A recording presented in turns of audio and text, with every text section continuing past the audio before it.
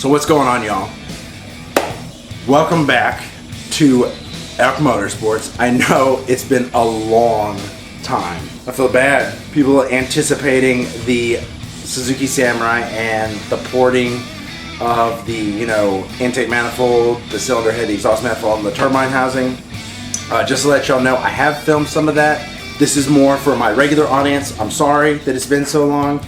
So I was approached by my boss today about welding something from work. So what this is going to be about is I did a product review on the Hobart Handler 140. I'm pretty sure you guys have seen that video. If not, I'll leave a link for you guys to go check it out, whatever. Very versatile welder. It's handled everything I've thrown at it. But I was like, I want to show people what this machine can really do. So we're gonna take it into the industrial setting.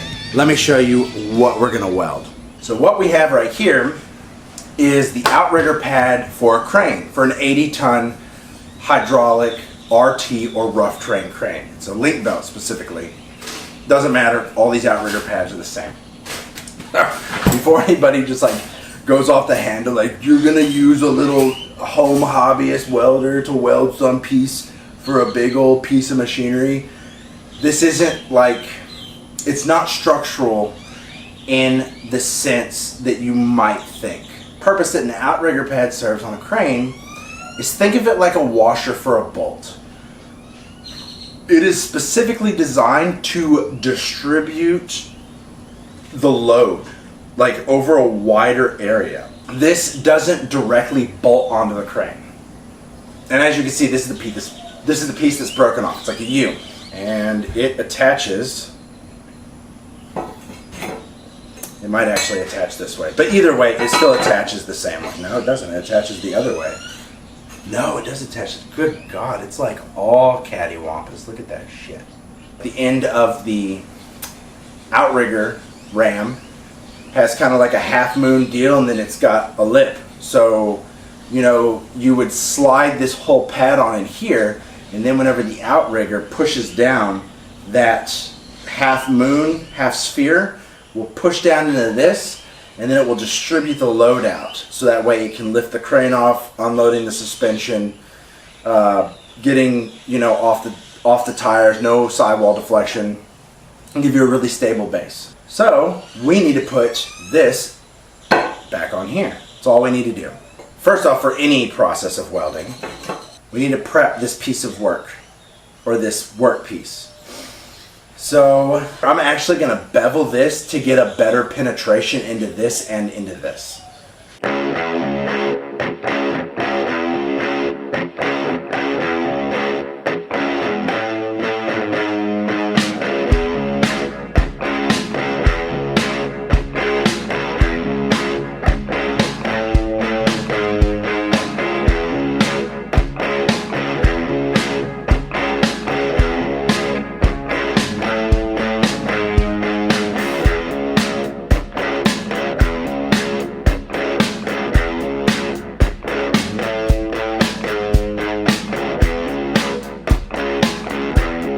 Always watch the direction of your sparks. You don't want to get any metal shavings in your beer.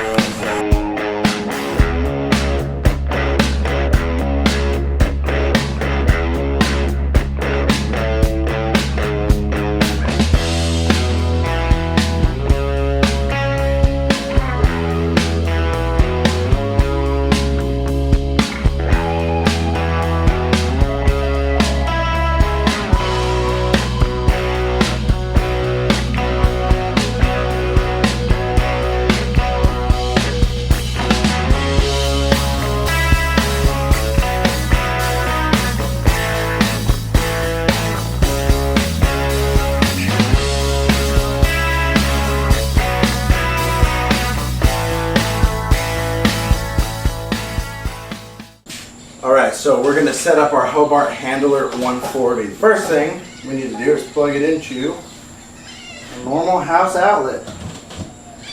And then we need to crack open the shielding gas bottle. Now you don't want to go like crazy just to open it up. You'll be exposing this gas regulator to like instantaneous 2000 psi.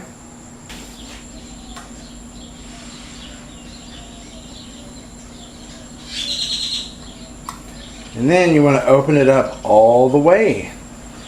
Because these bottles, they make a leak-proof seal when they are all the way shut or they are all the way open. Not like in the middle, you know, you don't want to just like crack it and leave it a little bit open. It can actually leak from this valve. You actually want to open it up all the way and shut it all the way. That's how you store them and how you operate them. All the way open or closed. Now, turn on the machine. So, to figure out the amperage, I don't really do like, you know, there's a chart in here. It'll give you like a ballpark. We're welding like 1/4 inch. Over here, let's say wire type and polarity settings. Like here we have steel solid wire. And then you have like 100% CO2, or you have 75% argon, 25% CO2, which is what I'm running. And you come all the way to 1/4 inch. For 30 thousandths of an inch wire, they want you to run a heat setting of 5 and a wire speed of 50. This is just a ballpark, just kind of get you started. Right, well I'm running 24 thousandths of an inch. I told you all that whenever I did like the product review, like how I dialed this in. There's actually like no setting for welding 1/4 inch plate. Like they're pretty much saying like, oh, you can't weld 1/4 inch plate with that thickness of wire, which is bull. I know I can weld it. I've done it before. So I like to weld fast. That's like my style. I've always had to tell myself slow down, slow down, slow down. But because I have a tendency of welding faster, I would honestly run at a 5. Like I run a 4 and I run at like 65. Right? I'm running a 5. I'm probably going to be like a little bit closer to 70. So like there's 60, there's 70, this is 75. I'm going to just do a little bit past that. That's just for starters. Right? Like that's just like to get an idea. And I'll get a feel for it while I'm putting like, you know, 4 little tacks, putting this this piece back on. That's how I'm going to figure it out. Turn the welding machine off because it's loud and noisy. So, what's going on, guys? So, as you can see, this piece is like really all kinds of cattywampus. I'll show y'all a better angle. Just like look at that piece.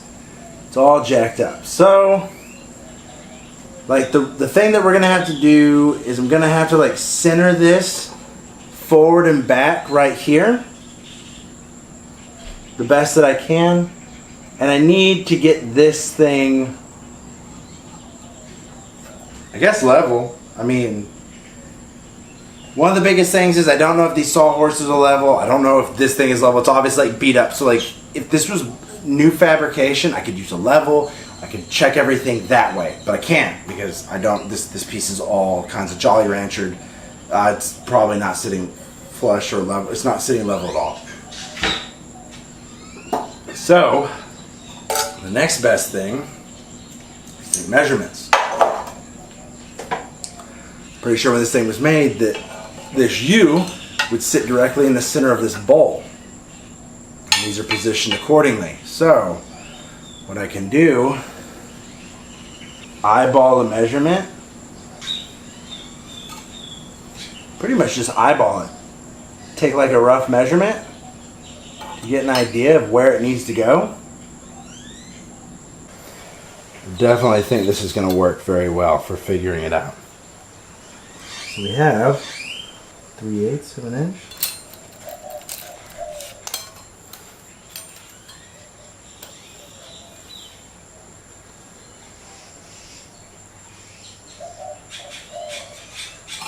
Oh, way too much.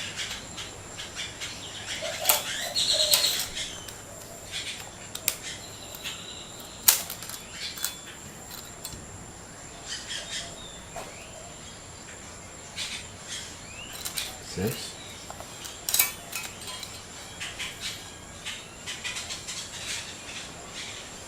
Yeah, that's like it right there. And then forward and back looks spot on. So, for the second time, third time in all actuality, turn the machine on. Take a ground clamp. I didn't prep a surface very well. I might have to grind paint off. We'll see. Torch. Pliers. Start with a fresh piece. Oh, that's right. I wanted to show you guys. When you start welding, you don't know anything about these machines. You don't know if stuff's going right. Like, you know how many times like I've pulled a noob move and like forgot to turn the argon tank on, or not the argon tank, the 7525 shielding gas. I forgot to turn it on. Well, I don't know. Let's see if you can hear it. You hear the psh, psh. That is the actual shielding gas. You're not going to hear the solenoid actually activating because that's in the machine. So you're hearing that psh, you're hearing the shielding gas running through the hose coming out the gas nozzle. So that's something you could check. You want to turn the wire speed all the way down, otherwise you're just going to, like, if I had it set where it is versus if I turn the machine all the way down, I'm not wasting as much wire. Don't worry about being dialed in. Look at that. That's how easy it is to get your settings back on track.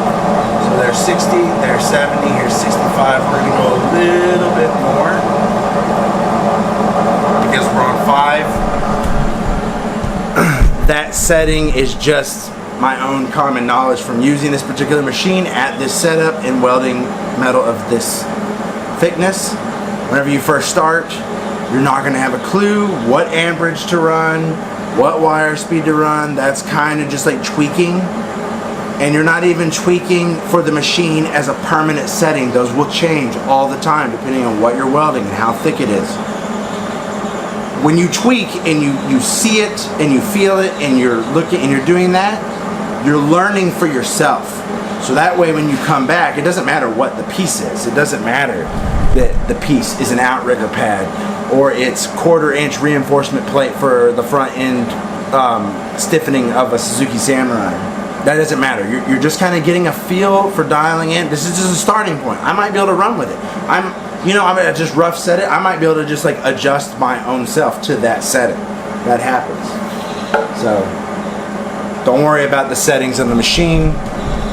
That's something that you'll learn just through welding. So we haven't changed anything, and we're just gonna roll with it. Let's get you set up.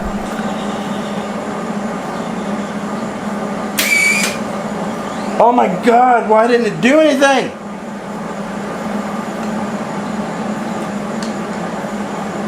Because the ground clamp.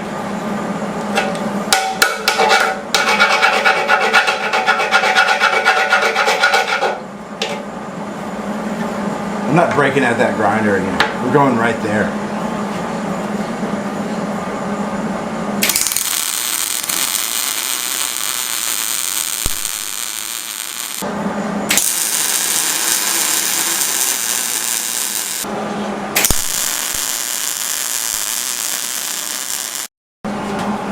I did it again, guys. I was talking to myself and wasn't recording.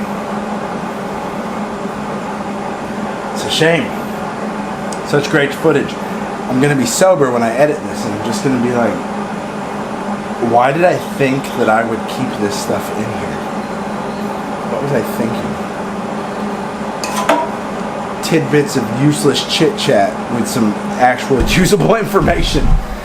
Welcome to YouTube, everybody. Welcome to Motorsports. Okay, here we go. Let's zoom you in.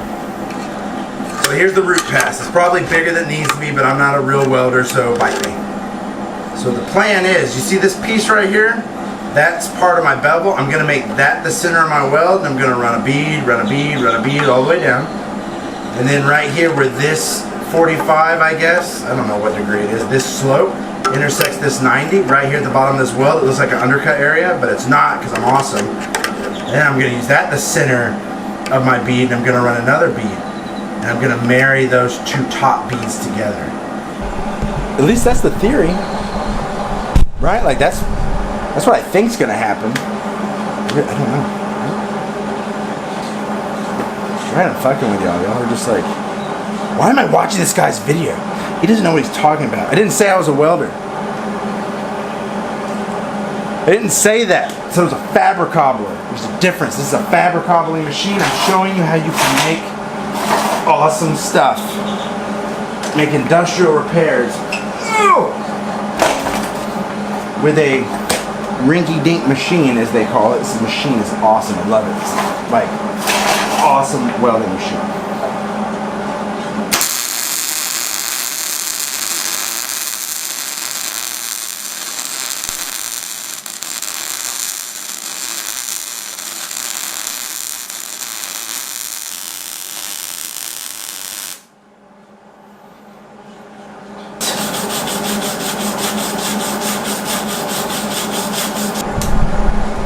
I'll let y'all see my welds. I'm not ashamed. I never said I was a welder.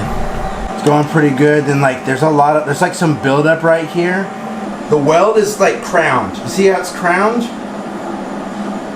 I think what's going on is that my wire speed is too high for the speed that I'm traveling.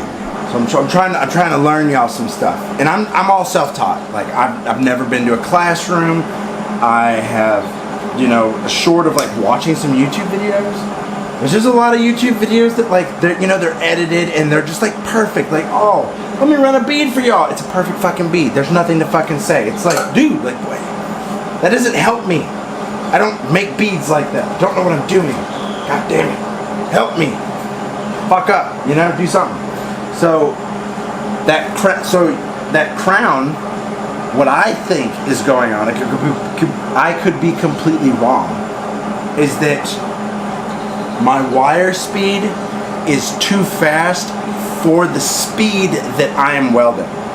So I am purposely welding slow because this material is thick and I want to get penetration. So I've got one of two options. Keep the same wire speed, weld faster.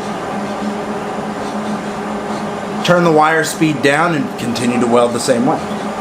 So I want to get penetration. I want to localize that heat in that area for longer to actually penetrate the metal. I want to melt the base metals.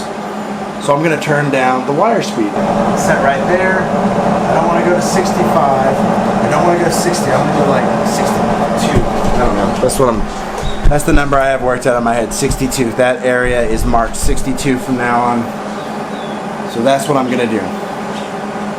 Now you might be asking why Trey keeps hitting the trigger on the big gun. Well, why don't you like go down to 50 or 55 or 40? Like why did you go from like 58, 68 to like 62? Well, that is actually like a big jump, but these machines are like this machine in particular anyways, it's like really sensitive, like it picks up those subtle little adjustments of wire speed. See, now it's hot. Now it feels good. Now it feels like, now it feels like it's got a good amount of heat pumping through it. Oh, by the way, that's another thing you have to look out for. You gotta look at for like the heat of your part. So when you start welding, the part's cold, it's not gonna respond the way you want it to respond. The weld's not gonna want to flow the way it wants to flow. You're not going to get good penetration. It's really weird, and then the part will start to get warmer and then the puddle will respond the way you want it to. It'll flow out nice. You won't have any undercut. It won't be crowned. It'll be like fucking perfect. Well, you'll continue welding and then you'll notice your welds look like trash. You're like, what's going on? Well, the part is heat soaked at that point. There's so much heat that's pumped into that part for its thickness. Not only does the thickness of the metal matter, the type of metal, how it was forged, the ambient temperature outside, the type of machine, the thickness of wire, what type of gas you're running, the humidity, all that shit takes effect or takes precedence in your welding. Like, and there's so many things that you can't control. You obviously can't control the temperature outside unless you're like in an air-conditioned, climate-controlled shop. You can't control the humidity unless you're in a climate-controlled, self-contained shop, which would be high-end. That's like aerospace stuff. you know, SpaceX. You can control your technique, you can control your amperage, and you can control your wire speed. That's pretty much all you have control of. So you have to work within those parameters.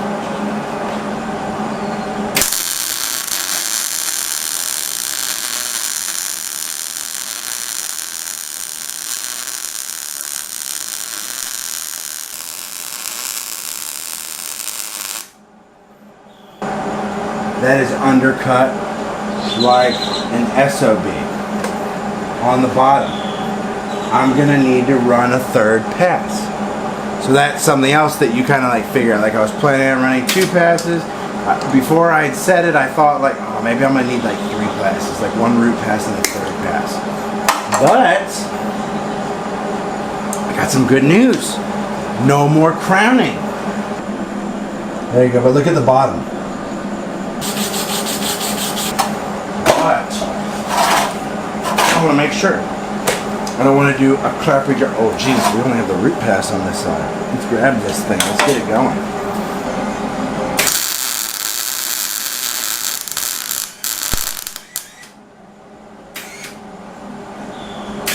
Oh, that's a good. This is good to show y'all. Do y'all hear that stutter? Look at the tip. See that dingleberry that's welded on the contact tip? I'll show y'all. So look at that. There's a little dingus. It's welded itself on the contact tip. So what's happened there? I got too close. You know, I just wanted to give it the tip in just for a minute. And I pretty much dipped the tip into the puddle, contact tip. So this wire momentarily welded itself to the contact tip.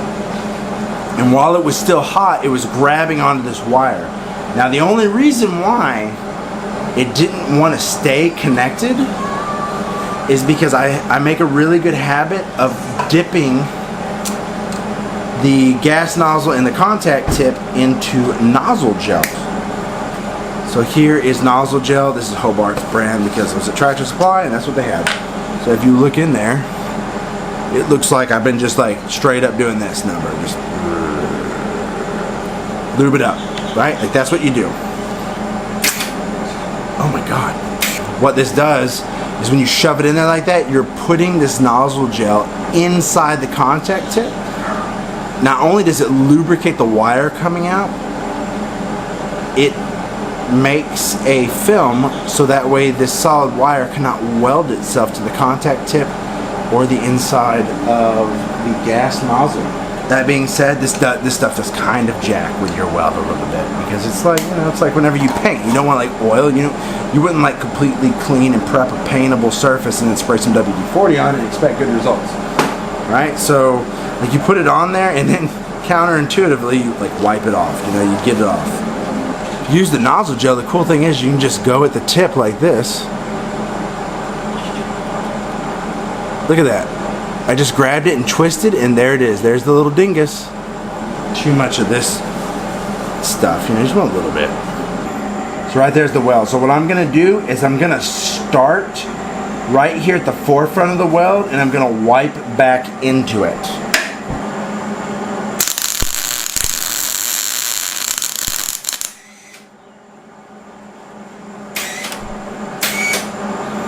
Got too close again.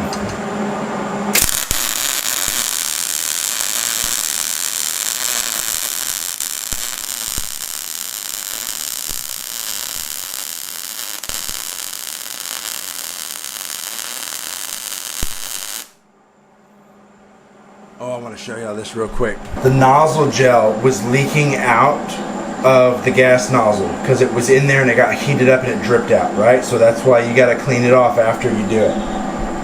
There's the weld.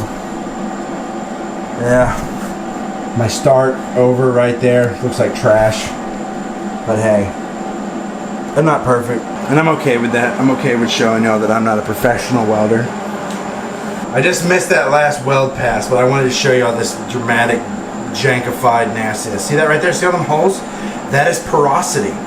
Porosity is literally a term that welders use for a contaminated atmosphere. So the right way to do that, to fix that, is you'd have to grind out all the porosity. Depending on if it's like a vessel or if it is like a pipe that's going to have some volatile chemicals at some extreme pressure, they would x-ray your weld. Porosity is going to show up as bubbles. It's going to be a weak spot. It will not pass. It depends. It depends on what you're welding. It depends on what it's doing. The purpose of this device is a bracket that holds a pad onto an outrigger. It just holds it in a position so that way when it goes down, the force is directed down into this, not even this. So we're gonna let the porosity slide. There probably was like a little bit of oxygen, because that's what messes up the weld, oxygen, right? So the nozzle gel probably boiled, turned to a vapor, and one of the byproducts was oxygen. And the weld didn't like that. Alright, I think we're good. We're going to do our last pass, I think, hopefully.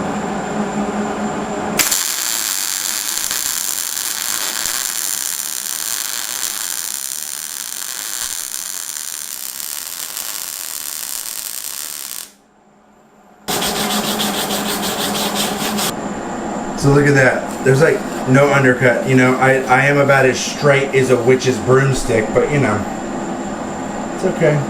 I'm still coloring in between the lines.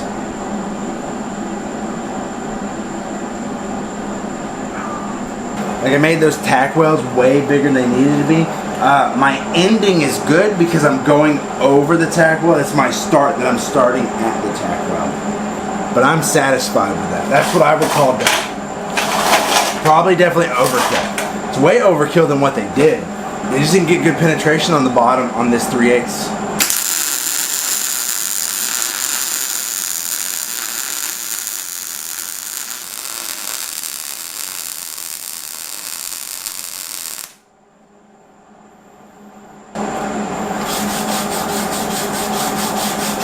So there's that last pass.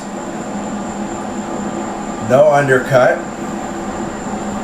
Looks beautiful. You can still see that porosity. I didn't get it all covered up, but I'm not worried about it. Well guys, that was the Hobart Handler 140 being used in industrial application. This is a video that is kind of just showing what this machine is capable of doing, and if you're looking at getting into welding, here's some like little tips and pointers that I've kind of just like figured out on my own that I'm just going to share with you guys. But I want to thank y'all for watching this video. If you liked it, smash that like button, and if you haven't already, be sure to subscribe so that way you can stay up to date on what I've got going on in one of 2 shops. And I'll catch y'all in the next one. Peace.